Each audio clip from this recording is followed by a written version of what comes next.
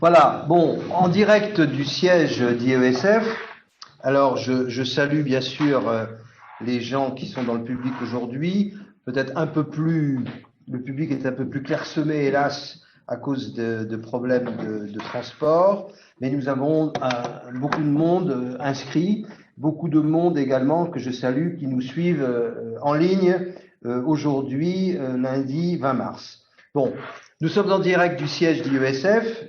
IESF, Ingénieurs et Scientifiques de France, qui est un organe représentatif reconnu d'utilité publique depuis 1860. J'ai toujours la fierté de dire que Gustave Eiffel en a été président. 70 000 ingénieurs qui sont membres et 200 associations adhérentes. Alors, aujourd'hui, lundi 20 mars, conférence sur la négociation d'une levée de fonds dans le cadre des entretiens économiques d'IESF. Alors, j'ai lancé en juin 2021 les entretiens économiques d'IESF en partenariat avec Sciences Po Alumni, parce que je suis président du groupe professionnel 1980. Pourquoi 1980? Parce que c'est la date de la troisième révolution industrielle, je vais en reparler.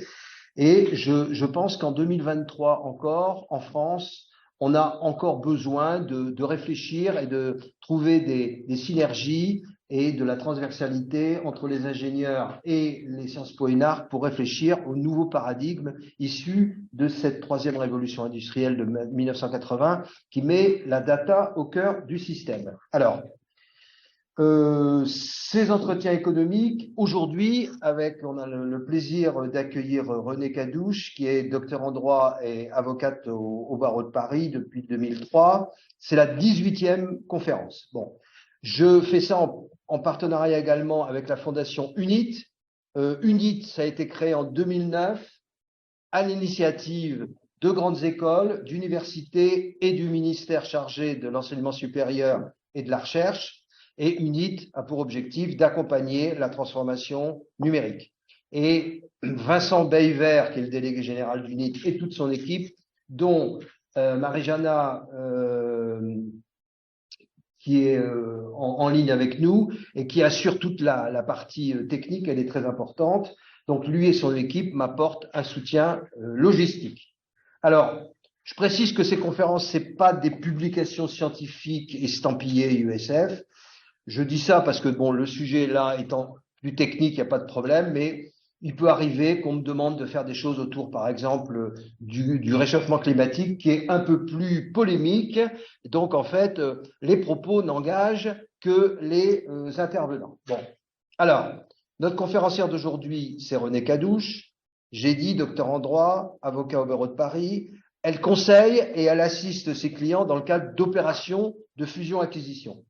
Et puis, ce qui est quand même, à mon avis, quelque chose de très positif, en 2012, elle s'est installée en Indonésie, puis à Singapour, afin justement d'accompagner les investisseurs étrangers dans la région où elle est restée jusqu'en 2021.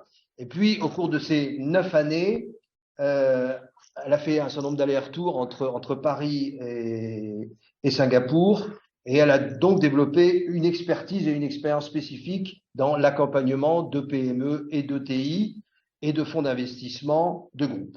Alors, je disais que j'avais créé et que j'anime les entretiens économiques d'IESF en partenariat avec Sciences Po. Bon, alors, je pense indispensable, et j'y pense déjà depuis longtemps, mais je pense indispensable de créer également au sein de ces entretiens le cycle juridique, comme j'ai créé un cycle autour de l'intelligence économique. C'est-à-dire que actuellement, on est à la quatrième réunion qui aura lieu le mercredi 22 autour de l'intelligence économique. Et pour ce qui est de la dimension juridique, dont je vais retracer un peu les projets que j'ai, c'est Renée Cadouche qui ouvre le bal avec un sujet absolument stratégique. Bon, donc troisième révolution industrielle de 1980. L'intrant de cette troisième révolution industrielle, c'est la donnée, c'est la data, comme la vapeur était l'intrant de la première révolution industrielle de 1780 et l'électricité l'intrant de la deuxième révolution industrielle de 1880. Et de ce fait, la place de l'homme a totalement changé. Alors en fait, le problème, c'est de savoir comment apprendre à se mouvoir dans ce nouveau paradigme de cette troisième révolution industrielle. Alors, l'homme dans l'écosystème numérique, ce qui change tout et de manière exponentielle avec le nouveau paradigme, c'est justement l'intégration dans l'homme dans ce écosystème numérique. Et ce que vous voyez à l'écran, cette informatique optimisée, eh bien, elle bouleverse la manière de produire et de consommer. Ça permet un rapprochement de l'offre et de la demande et ça bouleverse complètement les notions d'intermédiation. Et l'homo numericus, il ne va plus seulement sur Internet, il se trouve à l'intérieur de l'écosystème Internet. Et de plus en plus, on a tous suivi depuis novembre ChatGPT, qui est devenu ChatGPT 4 et qui évolue à une vitesse folle. Donc en fait, je ne développe pas à l'extrême ces sujets. Bon. Et la place et l'attitude de l'action de l'homme, elles sont différentes dans cette économie numérique du 21e siècle qu'elles étaient dans l'économie fordiste du 20e siècle. Étant entendu que comme on voit longtemps la lumière d'une étoile éteinte, le problème c'est que beaucoup de structures sont encore influencées par le monde d'avant. Et je dirais les structures publiques également et les institutions. Je pense d'ailleurs que les soucis sociaux, le mot est pudique, que nous avons actuellement, est probablement lié à cette difficulté de changer de paradigme. Alors, on passe de la deuxième révolution industrielle de 1880 à la troisième de 1980. Vous voyez à l'écran, économie classique fordiste, c'est une économie, l'homme appartient à une masse de travailleurs de la grande entreprise pyramidale, normalisée, hiérarchisée par l'organisation scientifique du travail, qui fabrique des produits standardisés, une masse de consommateurs sur des marchés grand public. Alors, dans l'économie numérique de la troisième révolution industrielle, l'homme, il appartient à une multitude. Et c'est le règne de la donnée à l'ère de la multitude. Et moi, je me suis amusé à inventer un néologisme qui s'appelle l'oclonomie, plutôt que de dire économie, écos et la norme. Oclonomie, c'est le règne de la donnée à l'ère de la multitude. Donc, en fait, ça change beaucoup les choses. Quand on réfléchit que l'histoire de l'humanité, c'est la capacité de l'homme à maîtriser l'énergie, la mobilité et les connaissances. Et bien entendu, l'homme, il a accéléré cette démarche au cours de la première révolution industrielle de 1780, dont l'intrant était la vapeur, et puis de la deuxième révolution industrielle en 1880, entre parenthèses, un pays comme la France, les expositions universelles, la ville lumière, la France était à cette époque assez pionnière au niveau de cette deuxième révolution industrielle. Donc l'homme, il a pour objectif de s'organiser. Et durant ces deux premières révolutions industrielles, en fait, il a réglé de mieux en mieux les problèmes d'exploitation de la main-d'œuvre. Il a limité ses limites physiques. C'est très important de le comprendre, c'est que quand on parle, si vous prenez la période Nabuchodonosor, Jules César, donc 3000 ans avant Jésus-Christ, Jules César et Louis XV, même niveau de vie, même espérance de vie. Et le take-off, le développement, il naît avec la révolution industrielle de 1780. On passe donc, on était au système de la main-d'œuvre et maintenant on passe au système de cerveau d'œuvre. C'est-à-dire que, à mon avis, ce qu'on nomme numérique, c'est pas seulement une technologie et c'est encore moins un secteur parmi d'autres, c'est de l'informatique optimisée et ça bouleverse tout, ça bouleverse sa façon de produire, ça bouleverse sa façon de consommer. Et par définition, on a un système qui entraîne des opportunités extraordinaires, notamment des systèmes de rendement croissant, je n'ai pas le temps d'entrer dans le détail, et également des menaces énormes.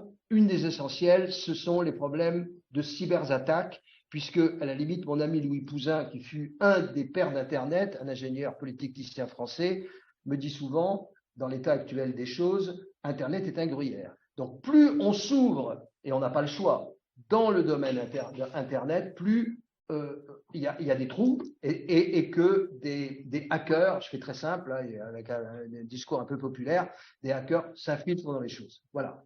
Alors, il faut bien comprendre une chose, c'est que tout compte fait, ce sont les individus, les personnes qui comprennent mieux et plus vite les nouvelles technologies que les organisations.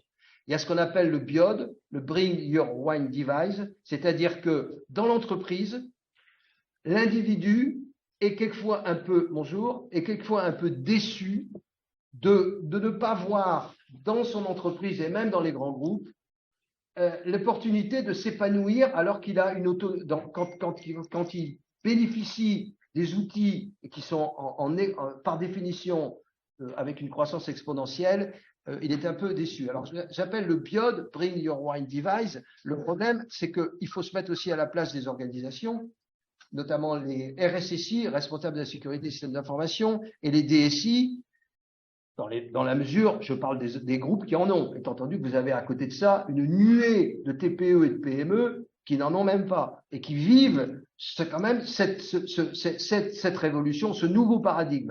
Eh bien, en fait, ces gens, à la limite, si on laisse l'épanouissement des individus, on a également des problèmes de cyber. D'ailleurs, on s'est aperçu pendant la période de la pandémie où on a, par la force des choses, développé le télétravail. Par définition, vous augmentez également vos risques de cyber. Je termine là-dessus. L'humain, il est au cœur du système et ça pose le problème de la place du droit dans les choses. Alors, par rapport à ça, comme je l'ai dit, c'est notre ami René Cadouche, avocate, qui ouvre le bal aujourd'hui avec la dimension juridique. Et moi, j'y pense depuis longtemps. Et en fait, il y a quelques thèmes que progressivement, on va aborder dans l'avenir, pas aujourd'hui, mais dans l'avenir. C'est en fait, on peut se poser la question si le droit, c'est un outil de régulation du cyberespace. Alors, on sait tous que le droit, c'est une discipline vivante, évolutive, qui s'adapte à son environnement. Et le nouveau écosystème économique mondial, que je viens de décrire très sommairement, en fait, c'est le lieu d'interaction humaine. Et la mobilisation des normes juridiques pour l'encadrer constitue un défi pour le droit. Alors, au niveau du big data, à l'heure du big data, plutôt, tout est devenu trace. Ça pose un certain nombre de problèmes, par exemple, sur les données personnelles, la propriété des données personnelles et également la notion de mémoire, du droit à l'oubli. Autre sujet, l'intelligence juridique. Avec la transformation digitale et le déploiement des nouvelles technologies, l'univers juridique devient, et c'est nécessaire, plus dynamique. Donc, en fait, aujourd'hui, c'est l'intelligence juridique, ça constitue un chantier important pour les juristes. Donc, c'est quelque chose à mettre en place. C'est-à-dire que c'est le lien entre l'intelligence économique et l'environnement juridique, et progressivement, ça s'est amélioré. Alors, j'avais créé un des premiers cercles sur l'intelligence économique au MEDEF en 1998, ou en 2000, et en fait, on avait avec mon ami Thibaut Dumanoir de Juet, qui est un avocat, un des rares qui connaît les problèmes d'intelligence économique, on avait donc créé un des premiers ateliers de l'intelligence juridique. Autre point, c'est le droit qui est une nouvelle arme de guerre économique. Alors, aux États-Unis, ce droit, c'est devenu une arme. Et une arme, il faut bien le dire, qui fait des ravages chez ses ennemis, mais également chez ses amis. C'est-à-dire, depuis une dizaine d'années, on a vu des entreprises européennes qui subissent les foudres des procureurs du département de la justice et des directeurs des agences de régulation financière. Et les sociétés qui sont soupçonnées de corruption ou de violation des embargos, à Cuba, en Libye, en Corée du Nord, en Iran, eh bien, elles se voient infliger des amendes qui se comptent en centaines de millions, voire en milliards de dollars. Et l'utilisation, qui est souvent incontournable, du dollar dans les transactions internationales place de facto ces entreprises sous juridiction américaine. Alors, on a vu le cas de Siemens, de Technip, de BNP, de Alstom, de la Société Générale. Eh bien, ce sont des multinationales européennes qui ont subi les foudres et les lourdes sanctions qui sont imposées par Washington. Et Airbus pourrait être bientôt visé. Donc, et certaines entreprises ne se sont pas relevées et sont passées sous domination américaine. Donc, le 11 septembre 2021, ça a marqué le début de cette répression économique et sous couvert de lutte contre le terrorisme, de criminalité et la fraude en outils, en fait, c'est devenu une arme commerciale. Donc, en fait, le droit est devenu une arme commerciale. À la limite, en bon sens, on peut se dire, soit, mais pouvons-nous également, et c'est un débat d'intelligence juridique et d'intelligence économique, nous-mêmes avoir les mêmes actions? Parce que inutile de vous dire qu'on s'en est rendu compte, toutes les visions de géopolitique sont complètement changées et bouleversées. Je termine par un autre sujet sur lequel on va s'approfondir aussi, c'est que, en fait, il y a 20 ans, et c'est hier, on ne parlait pas de responsabilité sociale d'entreprise ou de ESG.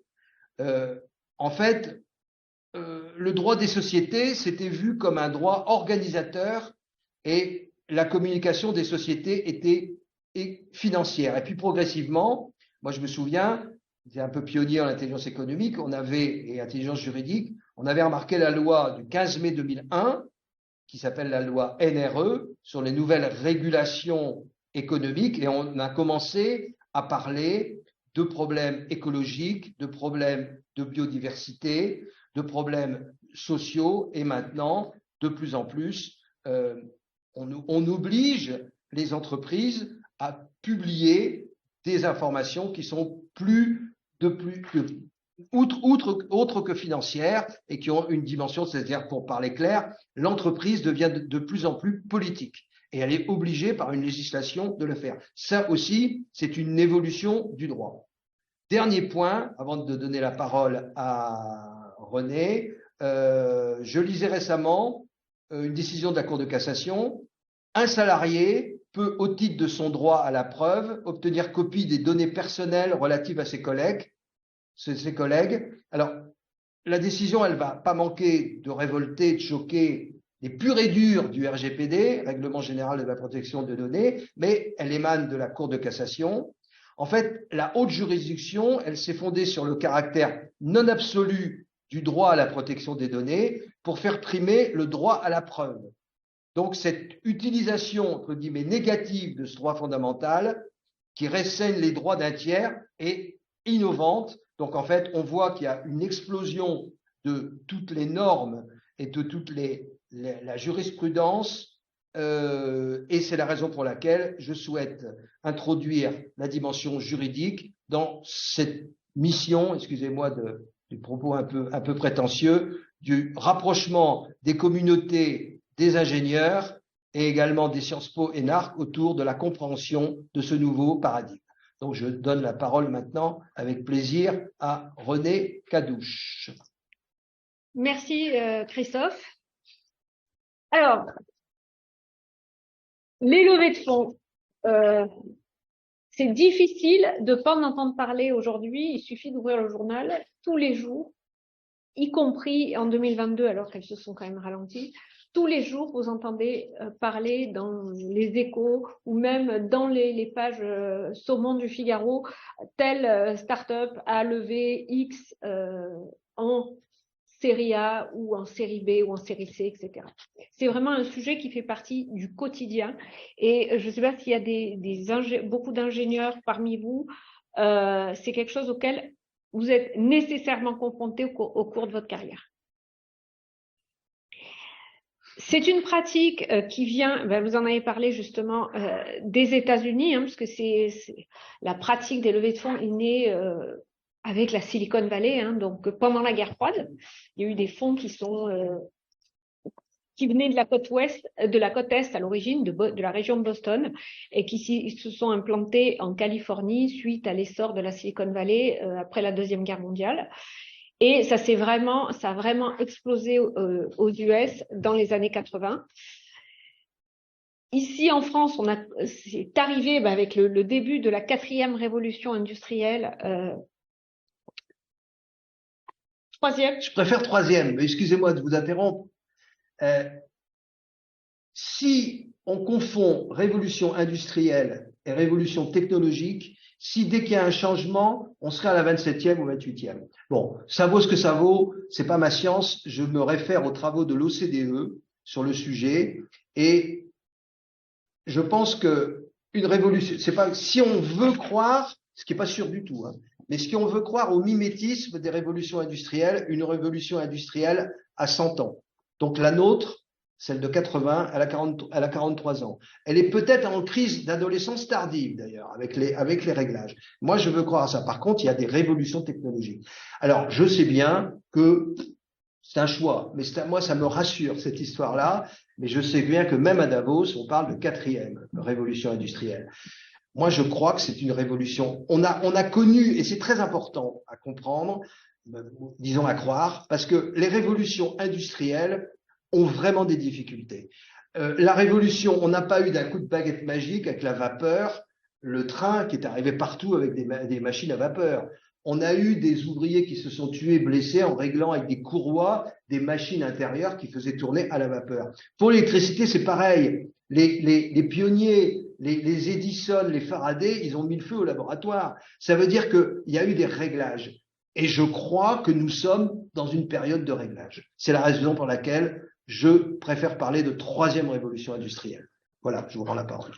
Donc en France, la pratique des levées de fonds est arrivée au début de la 3e révolution industrielle, dans les années 80. Moi, quand j'ai commencé à faire du droit, donc en 1991, à la fac, on en parlait à peine. J'ai commencé à entendre parler de pacte d'actionnaires, peut-être 95, 96. C'était vraiment très, très survolé. Et ça a pris son essor, évidemment, avec l'explosion de l'Internet à la fin des années 90, y compris en France, hein, et y compris parmi les cabinets d'avocats. Hein. Il y a eu des pionniers dans cette matière, hein, des confrères qui ont importé cette pratique directement des États-Unis. Et d'ailleurs, j'en profite pour m'excuser par avance des termes anglais que j'ai tendance à employer beaucoup parce que c'est une pratique qui est née aux États-Unis, les termes sont très souvent employés dans leur version originale. Hein.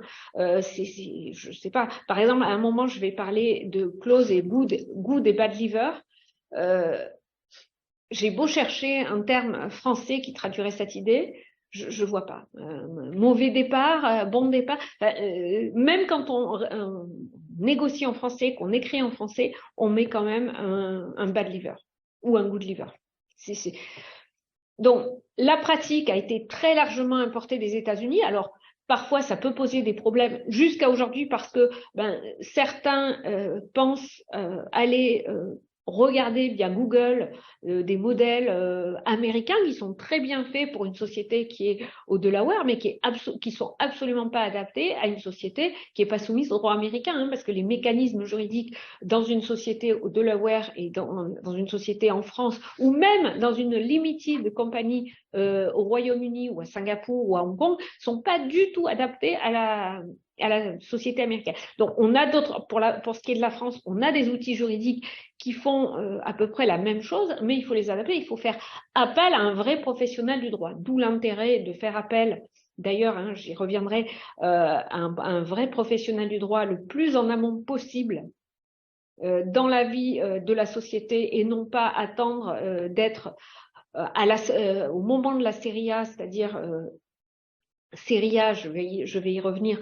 Série A, c'est là où on commence à faire rentrer des investisseurs professionnels, ce qu'on appelle des capitaux risqueurs. Donc, en bon français, venture capitalist ou VC.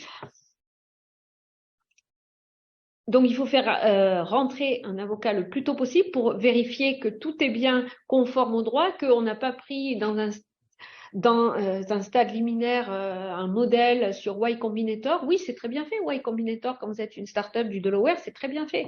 Mais en revanche, pour une société française, ça n'a aucun sens. Donc, c'est pour, quitte à relire, etc., mais en tout cas, l'adapter au droit français. Donc, oui, un conseil français, c'est important. Ça, j'y reviendrai jamais assez. Bref.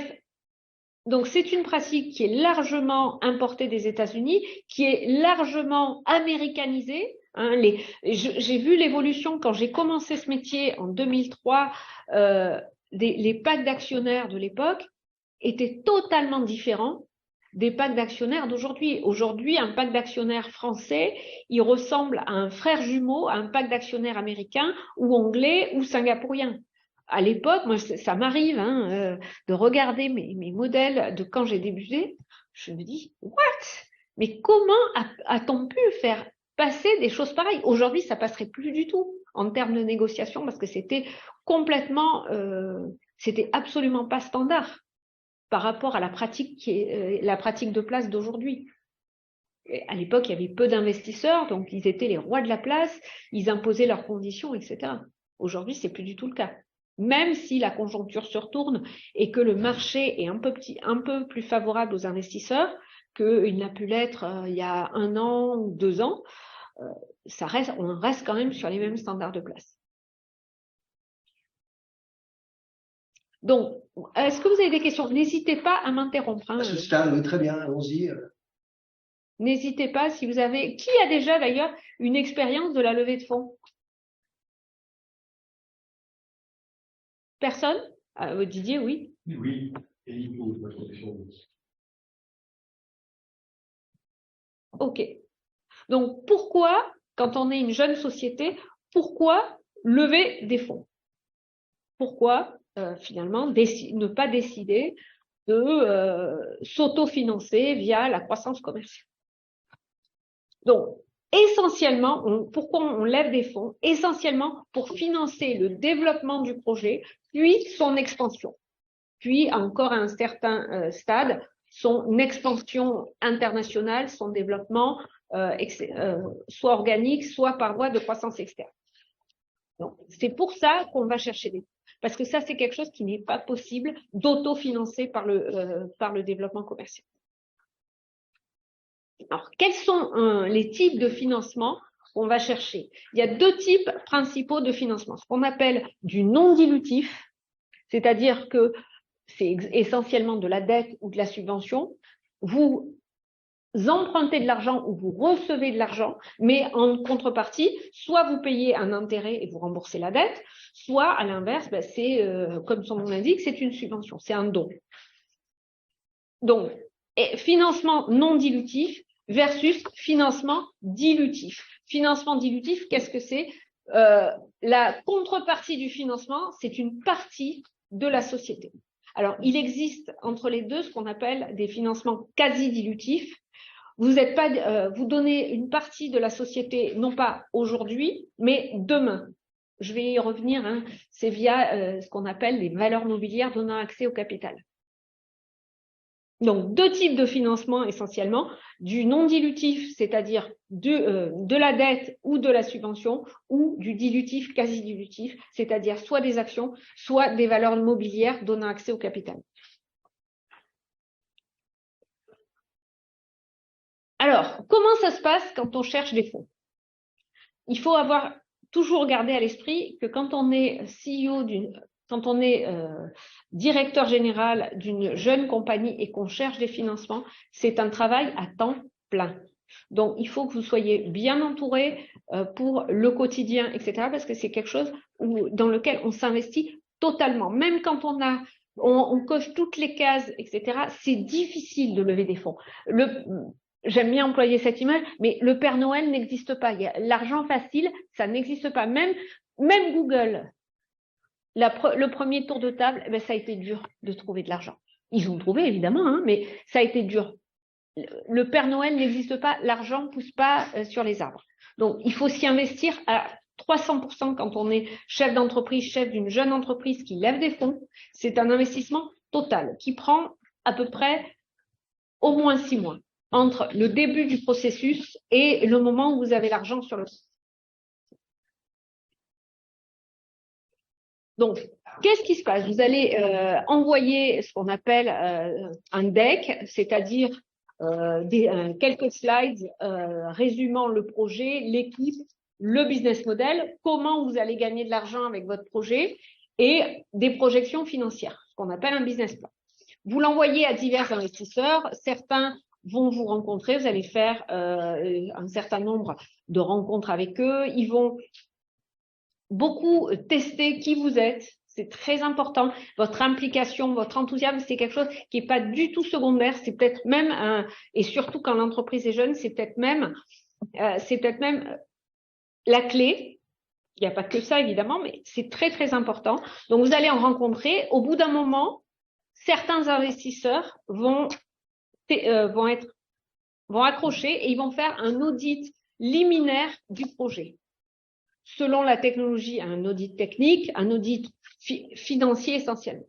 Si cet audit préliminaire est concluant, ils vont faire passer un document qui s'appelle une term sheet, une lettre d'intention. Donc, dans la suite, j'emploierai indifféremment term sheet ou une lettre d'intention.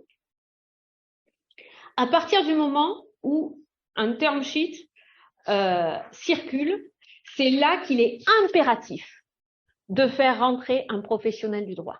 Et je vais y revenir et je vais expliquer pourquoi quand je parlerai de la term sheet. Mais c'est là qu'il est vraiment impératif de faire rentrer un professionnel du droit. Pourquoi? Parce que la term sheet n'est pas juridiquement contraignante. C'est pas un engagement de conclure la transaction qui y est décrite, mais c'est un engagement à continuer les discussions de bonne foi. Et vous avez en plus une exclusivité avec le fonds avec lequel vous signez la term sheet. Mais c'est absolument pas contraignant. Ce qui est contraignant, c'est les deux documents qu'on signe après, qui sont deux contrats, le protocole d'investissement et le pacte d'actionnaires. Mais donc, vous allez me dire, si c'est pas contraignant, on peut signer n'importe quoi et on discutera pour de bon après. Non, parce qu'après, l'argument, moi ça m'est très souvent arrivé, pour pas dire à chaque fois, quand je rentre au moment de la term sheet, je négocie le contenu de la term sheet. Et effectivement, après, on n'y revient pas. En revanche, quand je rentre, une fois qu'il y a une term sheet de signer, je demande à ce que des choses soient rajoutées. Non pas exorbitantes, mais en tout cas des choses qui sont standards pour ce type d'opération. Évidemment, en face, on a beau jeu de me dire, ah non, c'est pas dans la term sheet. Certes. Et donc, moi, et quand je suis de l'autre côté, je dis l'inverse. Je dis certes, mais la term sheet, elle n'est pas contraignante. Oui, mais si on revient surtout à quoi ça sert de signer un document préliminaire. Et là, effectivement, c'est vrai, et c'est pour ça qu'il faut faire rentrer un professionnel du droit qui vous aide à négocier une term sheet le plus rapidement possible, dès qu'il y a une term sheet qui commence à circuler, pour justement bien cadrer les choses au moment où la signature, où la term sheet est signée. On a tout vu, etc. Et on ne sort pas des trucs du chapeau une fois que c'est signé. Parce que là, effectivement, on peut dire, non, c'est pas dans la term sheet, et si tu le voulais, il fallait y penser avant. Et ça, c'est extrêmement important. Ça, j'insisterai jamais assez là-dessus, parce que la term sheet, elle reprend toutes les clauses des accords définitifs.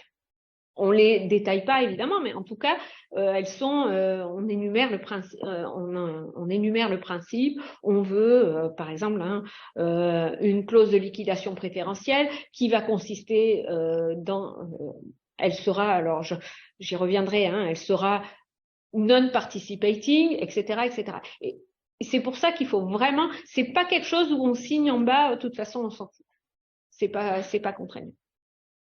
Je ne vous coupe pas, je parle simplement aux nombreux participants qui sont en ligne, je les ai sous les yeux, j'ai leur nom sous les yeux, il est tout à fait avouable. Est-ce que vous avez la gentillesse, grâce au chat, de rédiger vos questions? Quelqu'un vient de lever la main. Quelqu'un vient de lever la main. Bon, alors attendez, alors, je ne sais pas comment ça fonctionne. Alors, je vais appeler. Alors, je vous propose de continuer parce que c'est tout à fait intéressant. Je vais appeler Marie-Jana qui assure la technique. Ce que je sais, c'est que notre système ne permet pas le dialogue, oui, mais il permet la personne qui levait la main, on va essayer de la repérer et qu'elle puisse. Je dis à la voilà, d'ailleurs, Marie-Jana, la personne qui lève la main.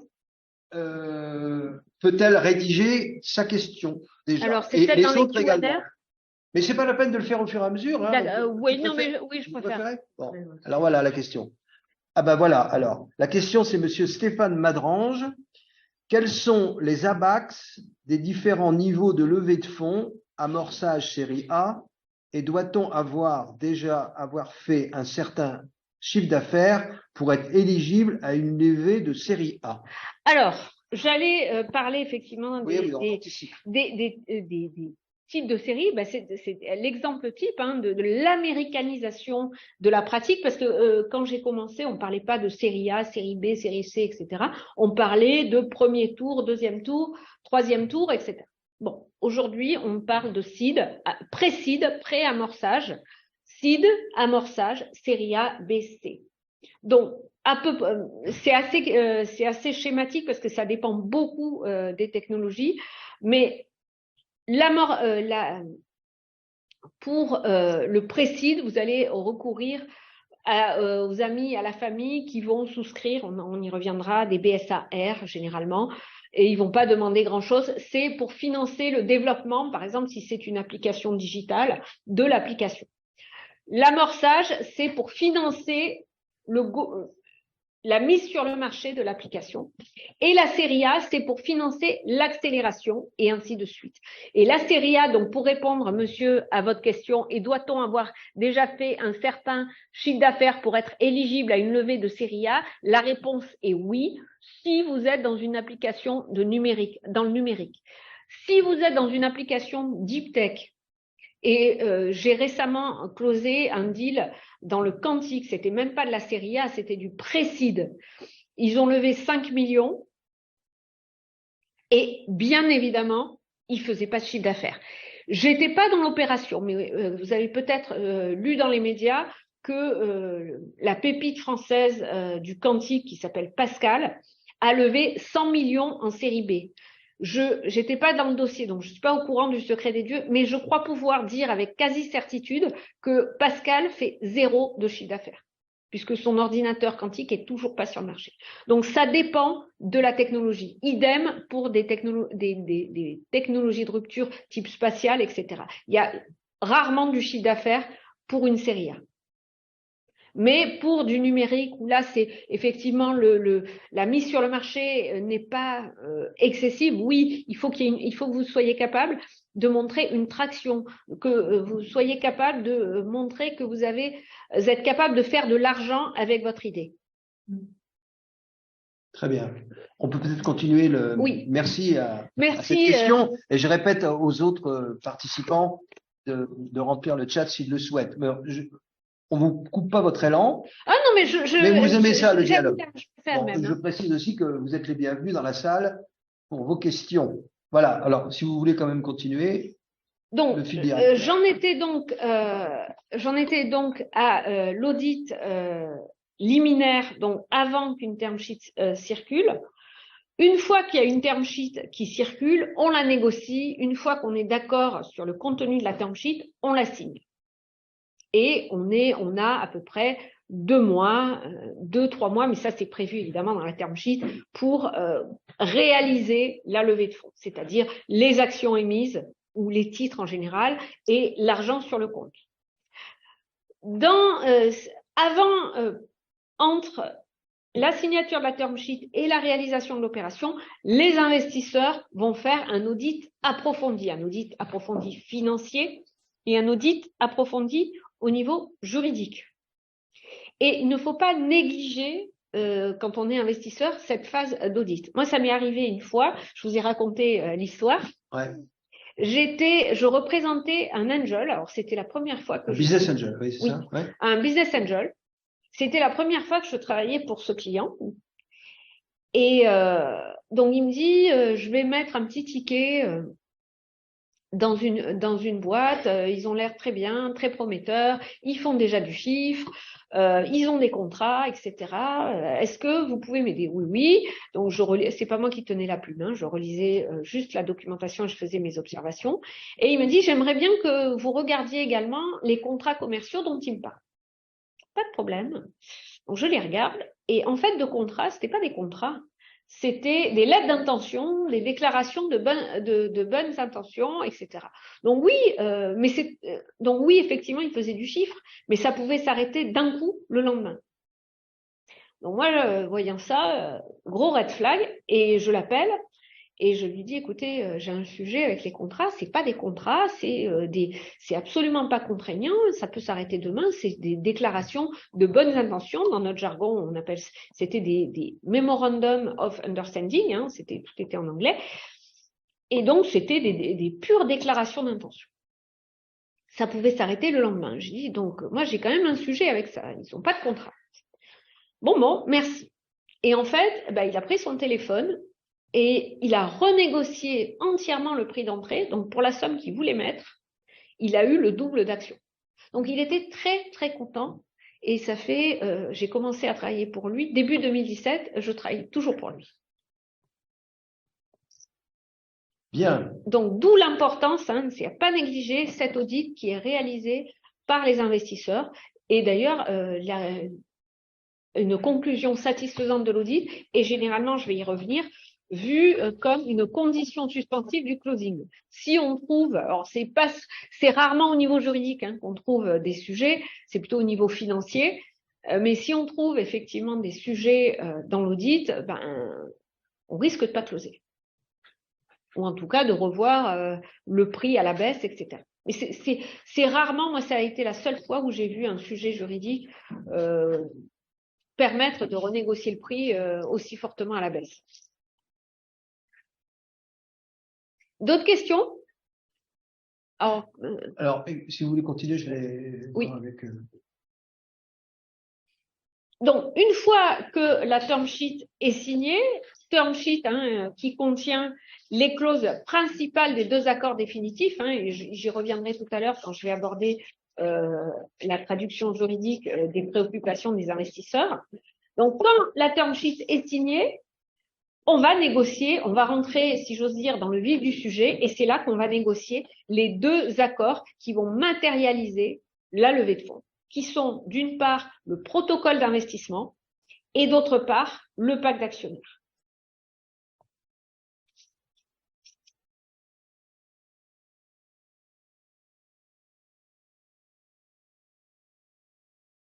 Alors, le protocole d'investissement, qu'est-ce que c'est?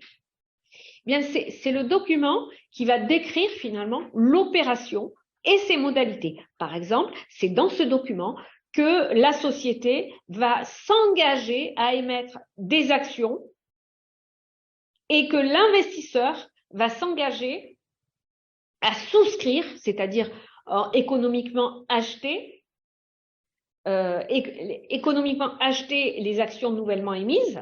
Donc, l'investisseur, dans le protocole d'investissement, va s'engager à souscrire les actions et à payer la souscription correspondante. Donc, à verser l'argent, en fait, qui correspond au montant de son investissement. On prévoit également la date de réalisation de l'opération, qu'on appelle closing. Généralement, alors, en Asie, c'est plus bref. On peut même mettre une semaine parce que le closing est peu lourd à gérer. En revanche, en France, il faut compter un bon mois. Enfin, il n'y a pas longtemps, on a closé en 10 jours après la signature de l'accord d'investissement, mais il n'y avait pas grand-chose, il n'y avait pas, la boîte était jeune, il n'y avait pas de commissaire, il n'y avait pas de commissaire aux comptes, etc. Donc c'était quand même c'était beaucoup plus rapide. Donc on l'a fait en 15 jours, en 10 jours. Mais en revanche, moi j'ai déjà vu des opérations, un closing 1 mois après la signature de l'accord d'investissement, parce que c'est vraiment très très lourd à gérer. Donc, on prévoit dans l'accord d'investissement les différentes, on décrit l'opération, on prévoit la date de réalisation de l'opération, la date de closing. Dans cet accord d'investissement, les fondateurs et la société vont donner ce qu'on appelle des représentations et garanties aux investisseurs. Les investisseurs en donnent aussi, par exemple, ils donnent une garantie que effectivement, l'investissement n'est pas une obligation de blanchiment, etc., etc. Mais ça, c'est assez standard. Mais en revanche, les vraies représentations et garanties, elles sont données par les fondateurs et la société. On va, par exemple, on va garantir que la société existe, que les actions existent et ont été normalement émises. On va garantir qu'elle n'est pas en voie d'être dissoute et liquidée, qu'elle n'est pas en redressement judiciaire ou de manière plus vaste en procédure collective. Alors, ça paraît aller de soi, mais il faut l'écrire. J'ai déjà vu, je tenais pas la plume, j'étais côté investisseur, j'ai déjà vu un protocole d'investissement, il n'y avait pas de garantie. Je tenais pas la plume, hein. C'était une série A, il y a quelques années. Ben, ils s'étaient fait plaisir, ils n'avaient pas mis de garantie. Donc, ils voulaient même pas nous garantir que la boîte existait et qu'elle n'était pas en faillite. Alors, évidemment, j'ai rajouté, et oui, ils ont dit OK, mais j'ai trouvé l'attitude un peu limite parce que ce genre de choses, on sait qu'on doit le donner. Donc, autant le donner d'emblée, parce que pour moi, c'est un deal breaker. Ah, je veux pas te garantir que la boîte existe et qu'elle n'est pas en faillite, ça veut dire qu'il y a anguille sous roche, il faut pas y aller. Donc c'est pour ça, on discute rarement. Il y a certaines garanties qu'on discute plus, notamment sur la propriété intellectuelle, mais voilà, c'est des choses assez standards. Autant la partie représentation et garantie dans une opération de fusion-acquisition, elle est capitale et on la négocie vraiment très durement, etc. Mais dans une opération de levée de fonds, on la négocie assez peu parce que les boîtes sont très jeunes. Donc, on demande des garanties essentielles, mais on va pas demander des garanties. On va pas demander des garanties que, je sais pas, l'usine existe puisqu'il n'y a pas d'usine. C'est souvent des boîtes immatérielles. On va donner, ça c'est très important, on va donner des garanties sur la propriété intellectuelle. Ça c'est essentiel. Mais quand c'est une start-up industrielle, forcément l'outil industriel est important. Donc on va demander, si on est investisseur, des garanties sur l'outil de production. Ça paraît assez logique, mais voilà, c'est pas des choses qu'on négocie très âprement. Vous voulez qu'on relance encore? Oui, je veux bien. Alors, on a un écran de contrôle. Maintenant, je sais, on maîtrise. Donc, je vais faire encore un appel au peuple, à tous les participants, je précise, nombreux qui sont en ligne. Avez-vous, je vois une main qui se lève, là, je ne sais pas s'il faut cliquer dessus, mais Marie-Jeanne me dit que ça marche tout seul. La question va s'afficher. Elle ne s'affiche pas. Ouvrir peut-être. Ah oui, peut-être, ça peut être servir. Voilà. Heureusement que vous êtes là. Hein. On voit. Vous voyez. Alors voilà, plusieurs questions. Alors, Alexandre Sivière me demande si cet audit approfondi est-il l'étape de due diligence. Réponse, oui. Alors, oui, c'est l'étape de due diligence. Je fais un effort surhumain pour ne pas employer les termes anglais. Et effectivement, moi, j'aurais tendance à dire la due deal. Donc, c'est pour ça que j'ai traduit, faute de mieux, par audit approfondi. Oui, évidemment, c'est la due deal. Alors après, on a Claire Lejeune. C'est fini là-dessus, Alexandre? Bon, très bien. Alors, merci, Alexandre, de votre question. Claire Lejeune qui nous dit « Bonjour, merci pour cette conférence très utile. » C'est moins qu'on puisse dire. Y a-t-il des points à ne pas négliger dans la constitution des statuts type SAS à capital variable pour une start-up qui a prévu de lever des fonds? Non. Réponse non, parce qu'en fait, de toute façon, après, au moment de la levée, vous allez modifier les statuts. Donc, s'il y a des choses qui gênent, on les enlève, on refond les statuts au moment de la levée. Donc, s'il y a des choses qui gênent, on les enlève. Et si des choses n'y sont pas, on les rajoute. D'accord. Puis Jean-Louis Flamand, je remercie aussi. Faut-il déjà un commissaire aux comptes à ce stade-là? À ce stade-là, non, pas nécessairement. Souvent, alors on va très souvent devoir en nommer un, voire plusieurs, en tout cas ad hoc pour réaliser la levée de fonds. Parfois, on procède, quand on peut s'en passer, on procède par voie de renonciation. Moi, quand je suis côté investisseur, s'il y a des actions de préférence, si c'est un deal un petit peu sophistiqué, je demande à ce qu'il y ait une suppression du DPS, du droit préférentiel de souscription, et donc un commissaire aux comptes qui va statuer sur sa suppression et non pas procéder par voie de renonciation. Quand c'est des BSAR, très franchement, par voie de renonciation, ça suffit. Bien, alors, on ne faut pas oublier les gens qui sont en présentiel devant nous, là. Vous voulez réagir un petit peu? Non, monsieur? Non? À ce stade, bon, vous êtes très bien, écoutez. Alors continuons, poursuivons. Ce protocole d'investissement, en plus de décrire l'opération, en plus de prévoir des représentations et garanties, va prévoir aussi des conditions suspensives au closing. C'est-à-dire, certaines sont quasi automatiques et elles sont pour la bonne forme, mais pas toujours, hein, il peut y avoir des sujets. La conclusion, justement, un résultat satisfaisant de l'opération de due diligence en cours. Ça, on le met systématiquement.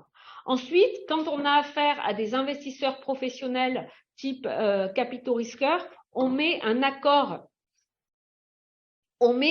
du comité d'investissement. Le comité d'investissement au sein d'un capital risqueur, c'est un comité monté par plusieurs des associés du fonds qui décident de manière formelle de réaliser l'investissement ou pas. En pratique, c'est dans l'immense majorité des cas, c'est purement formel parce que vous vous doutez bien que si on a signé une term sheet, que si on a on fait travailler les gens, etc., c'est qu'on a l'intention d'y aller. Donc, généralement, l'accord du comité d'investissement est acquis, mais j'ai vu une fois, en 20 ans, hein, comme quoi, un jour j'écrirai mes mémoires parce qu'il y a tellement de choses que j'ai vues une fois, dont on m'avait dit que c'est purement théorique, mais non. J'ai vu une fois, j'étais assez jeune avocat, mais je m'en souviens bien, on avait mis pareil, un accord du comité d'investissement de manière purement formelle. Moi, j'étais côté fondateur. Et donc, on fait le signing, on signe le protocole, le pacte d'actionnaires est annexé, on est presque prêt sur la documentation de closing. On est censé closer quelques jours après. Puis, un des deux fonds, il y avait deux fonds, un des deux fonds nous dit, j'ai un problème. En fait, mon comité d'investissement m'a dit non. Alors, mon pauvre client, livide, au fond du trou, nous aussi, les avocats en face, pareil. Le co-investisseur, il a dit, écoutez, s'il ne peut pas y aller au final, on va essayer, etc., de sécuriser ça, mais s'il ne peut pas y aller, on doublera, mais on ne va pas planter le deal, etc. Finalement, il a réussi à convaincre les gens, donc le directeur des participations qui était en charge du deal, d'y aller, et finalement on a réussi à closer. Mais en réalité, moi, je me souviens très bien des discussions que j'avais à l'époque. En réalité, c'est qu'il avait eu, parce que personne ne fait travailler les gens pour rien, il l'avait eu et ils avaient reculé au dernier moment, ils s'étaient abrités sur l'accord du comité d'investissement pour des raisons de politique interne. Et puis finalement, ils ont décidé d'y aller. Donc non, même si en théorie c'est purement formel, quand même, c'est quelque chose, il faut vraiment faire attention. Qu'est-ce qu'on met encore dans ces conditions suspensibles? Ce qu'on appelle une clause de MAC. Donc, MAC, M-A-C, Material Adverse Clause.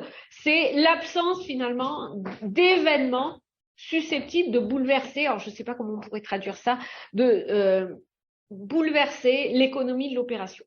On l'a vu, moi je l'ai vécu, hein, des clauses de MAC entre des signings et des closings en 2008, septembre 2008. Il y a des deals qui étaient sur le point d'être closés, qui n'ont pas pu se closer parce que le contexte de la grande récession en 2008, c'était pas celui d'aujourd'hui du tout, parce que là, les fonds ont de l'argent, donc ils continuent à investir. À l'époque, il n'y avait plus d'argent, donc ils voulaient plus du tout investir. Et bing, clause de MAC, les faillites de Lehman Brothers, crise financière, catastrophe, etc. Ils y vont pas. J'ai vu des deals sur lesquels je m'étais beaucoup investi qui se sont pas faits à cause de ça. Donc, on l'a vu aussi pendant le Covid, mars 2020, pareil. Moi, j'étais pas en France à l'époque, mais je sais qu'il y a certains investisseurs qui ont choisi d'invoquer des clauses de MAC. Oui. Ah, monsieur, oui. Bonjour. Bonjour.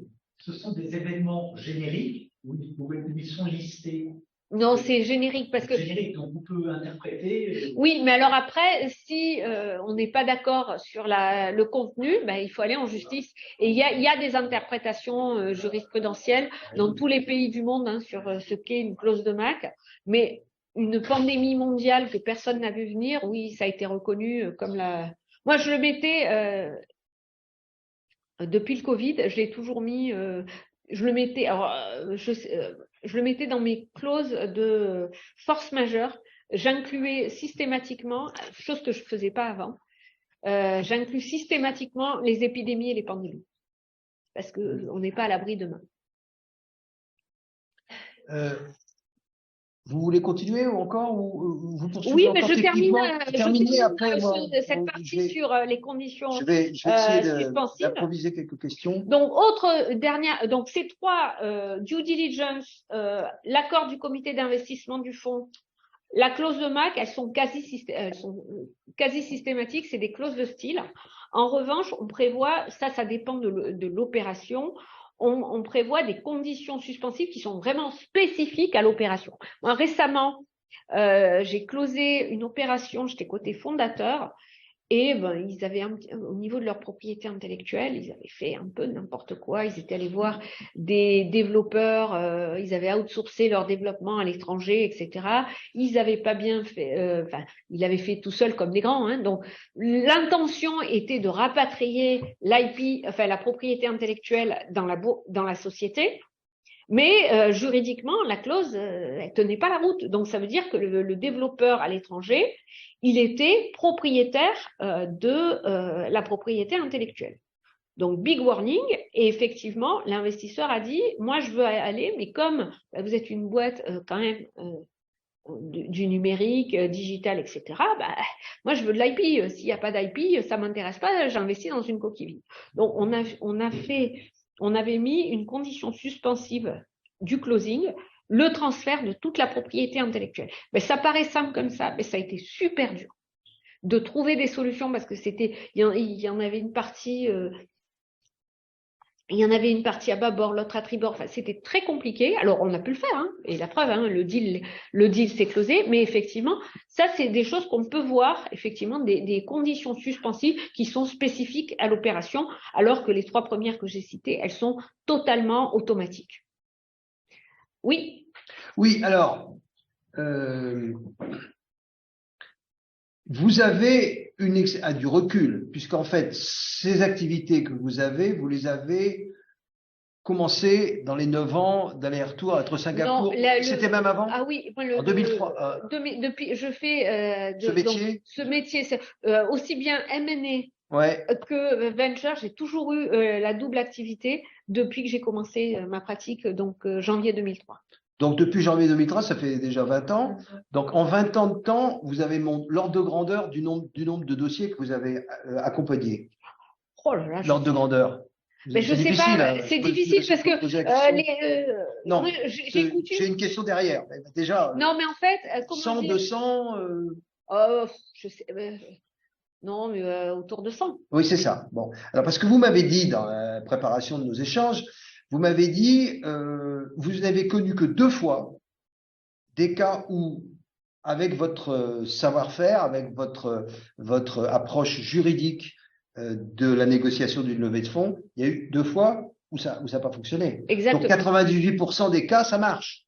Oh ben même je fais simple dans mes questions. Oui, voilà, c'est ça, l'ordre de grandeur. Moi, j'ai vu 2 fois une opération ne pas se faire pour des questions purement juridiques. Après, ça peut arriver, on découvre un gros sujet financier dans la due diligence, etc., où là, effectivement, ça remet en cause l'économie de l'opération, et donc on revoit le prix quand on est investisseur à la baisse, l'autre ne veut pas, ok, merci, au revoir.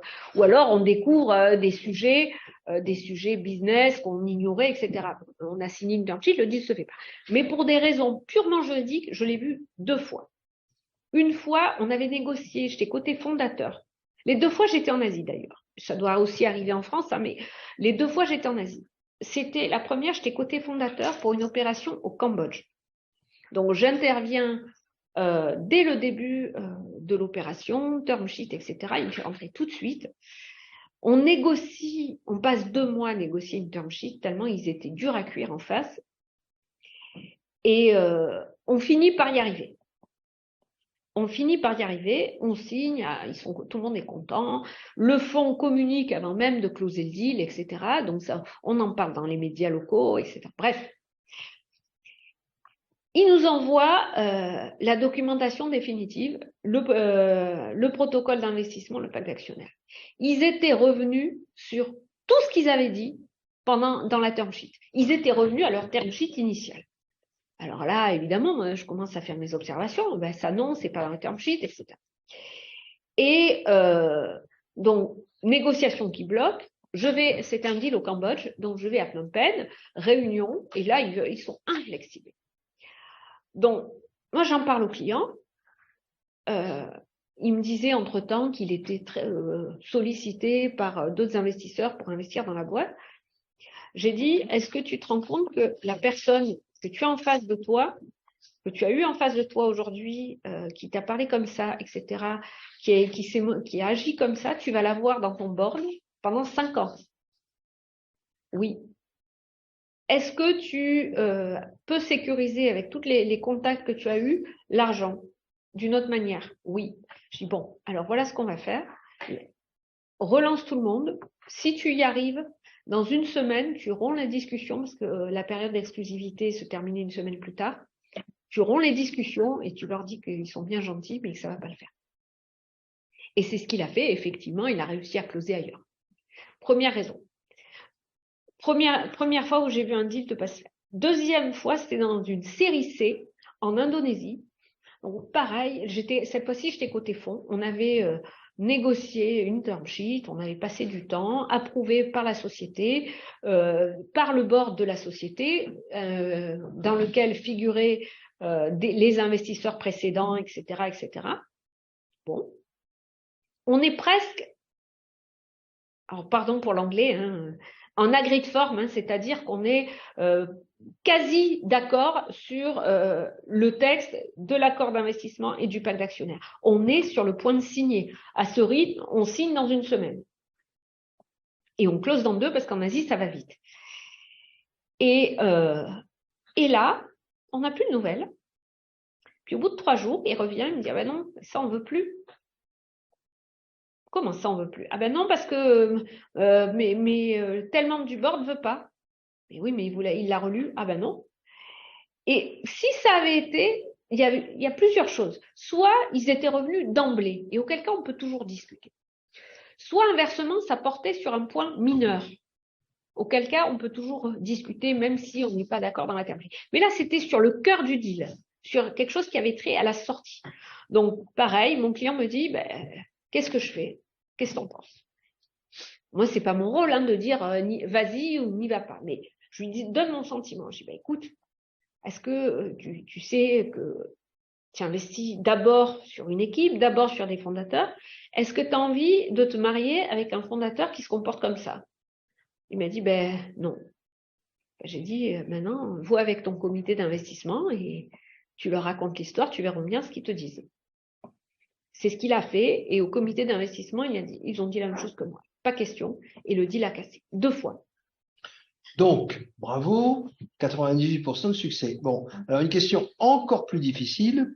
Il se passe énormément de levées de fonds dans le monde, partout, même s'il y a des hauts et des bas, et que nous vivons actuellement la situation de la banque de la Silicon Valley, etc., etc. De toute façon, il va bien falloir comprendre que on n'est pas dans une situation de crise, on est dans un vide stratégique de temps en temps, et puis c'est comme ça, quoi. Faut s'habituer. Crise financière, crise sociale, crise économique, toutes les crises. Bon, mais est-ce que vous avez une idée du pourcentage de levées de fonds qui se font avec un avocat ou sans?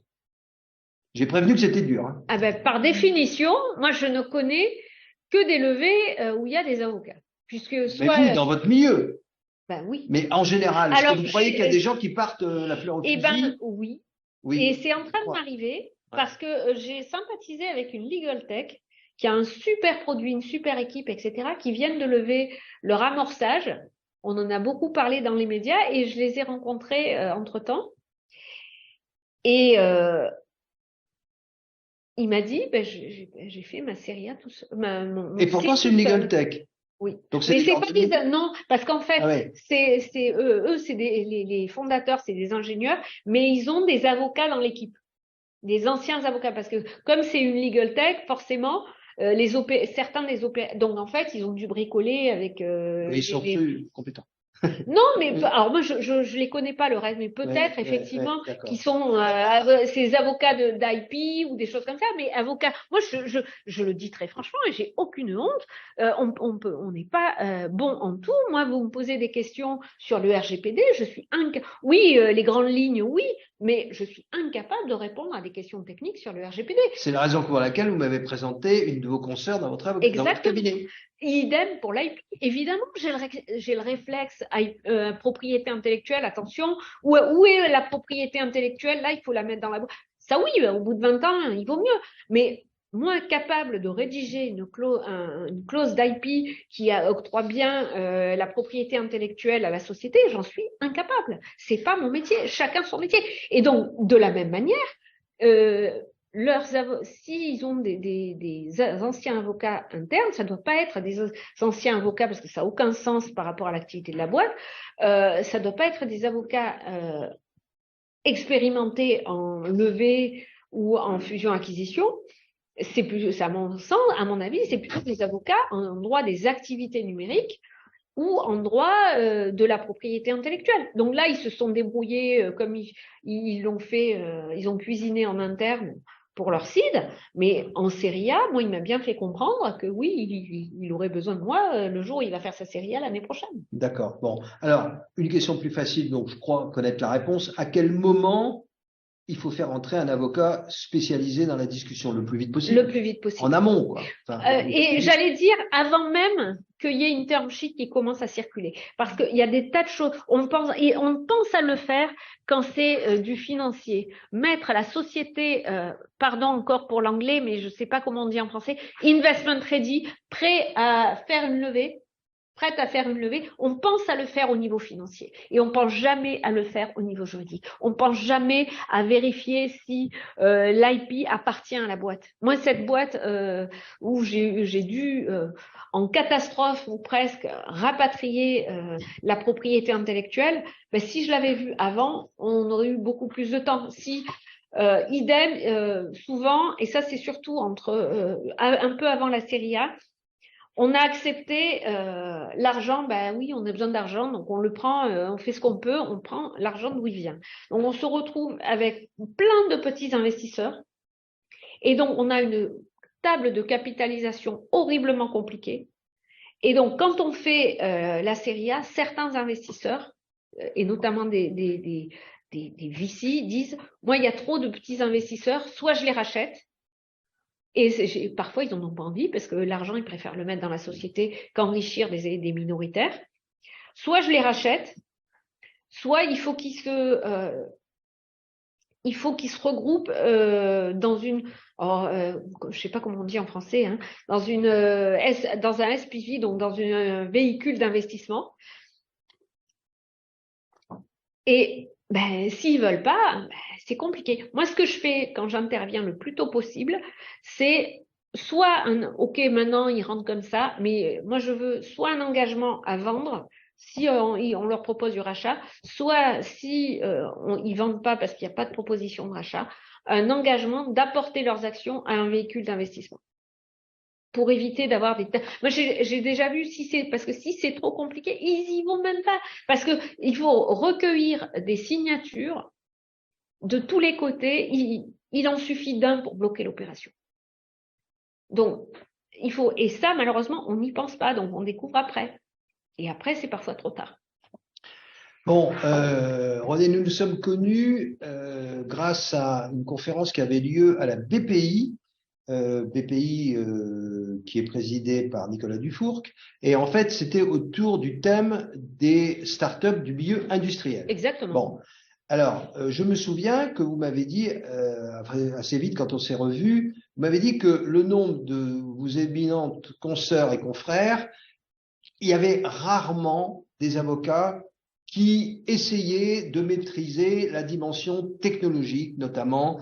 Vous m'avez dit, il me regarde quelquefois un peu comme une intruse, disant c'est un peu hors sujet de maîtriser par exemple ce que c'est qu'un ordinateur quantique. Vous m'avez dit, j'ai toujours eu une attirance pour la dimension scientifique. Bah oui. Alors, vous êtes rare Ben, oui, mais en fait, pourquoi je dis ça peut paraître, oui, effectivement, une levée, qu'elle soit dans le quantique ou qu'elle soit dans une application digitale, oui, c'est les mêmes documents, etc. Mais non, vous ne négociez pas de la même manière une société une deep tech avec un produit qui n'existe pas, où il y a un outil de production important qu'il faut sécuriser au même titre que on sécurise la propriété intellectuelle. On ne le négocie pas de la même manière, ce n'est pas vrai. Moi, j'ai beaucoup travaillé dans l'espace. Et pareil, un deal dans le spatial, on ne le négocie pas de la même manière qu'une application B2C pour iPhone. Ce n'est pas vrai. Le cycle d'investissement est beaucoup plus long. Le risque est donc le risque est plus fort. Pourquoi? Parce que y a un bug sur une appli de téléphone portable. Ben, c'est pas grave. Il y a un bug avec un projet de lanceur. Ben, c'est tout votre business plan que vous pouvez mettre à la poubelle parce que tout le projet après. Donc ce risque, il est beaucoup plus fort. Donc, par une connaissance ou une vulgarisation technique, vous avez une meilleure approche globale. Je vais dire que. Évident. Alors, redites-moi un peu la réaction de vos confrères. Alors là, j'ai eu l'expérience. Et je vais poser une question après sur dans quelles circonstances. Parce que pourquoi ils sont là, les confrères? Alors, est-ce que ça m'amène à une question? Est-ce que parce que quand même les enjeux sont énormes. Ah bah c'est-à-dire c'est blanc ou noir, c'est où on réussit à lever de fonds. Il y a souvent des montants considérables, il y a des espoirs formidables pour parler clair, de faire fortune. Donc, est-ce qu'on peut arriver que quelqu'un vous consulte et consulte un confrère pour avoir un avis autre, je sais pas, des choses comme ça. Alors, ou ma question est, quand est-ce que vous rencontrez des avocats, comme vous m'avez dit, qui sont étonnés de vos compétences techniques? Alors, moi, j'ai des compétences techniques en bon français ou en bon anglais. J'ai travaillé sur une opération. Non, pas du tout. C'est grâce à moi. Hein. Grâce à vous. Mon expérience en Asie, ça m'a donné la dimension internationale, la big picture. Je peux comparer les écosystèmes, etc. Faire des liens, parce que c'est exactement l'image de la théorie du chaos. Hein. Un battement de papillon au Brésil, ça peut entraîner un tsunami au Japon. Hein. Là, c'est un peu pareil. Ce qui se passe ici, c'est pas neutre là-bas. Là-bas, moi, je connais bien l'écosystème d'Asie du Sud-Est. Il y a beaucoup d'argent. Il y a des startups qui sont très très bien financées et qui ont du mal à sortir.